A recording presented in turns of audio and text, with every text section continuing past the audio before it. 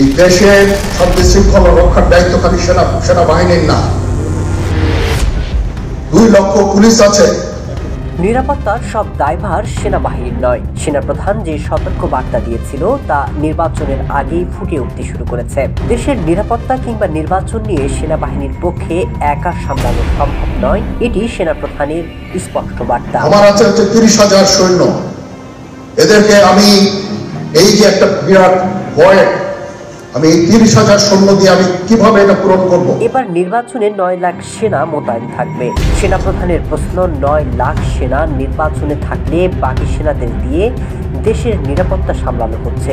যদি আরো সংকট বাড়ে, বাংলাদেশের নিরাপত্তা দেবে কে?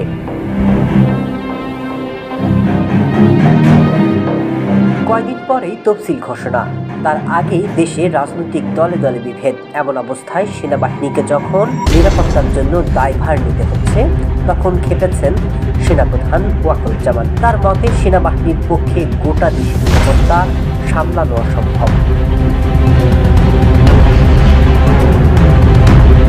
এদিকে মাথাচাড়া দিচ্ছে আওয়ামী লীগ। নির্বাচন নিয়ে বড় ধরনের নাশকতার শঙ্কা রয়েছে। এমনকি নির্বাচন প্রতিহতের যে ঘোষণা দিয়েছে তারা, তা নিয়েও সংকট ঘনীভূত হচ্ছে। প্রশ্ন হচ্ছে, নির্বাচন হচ্ছে তো?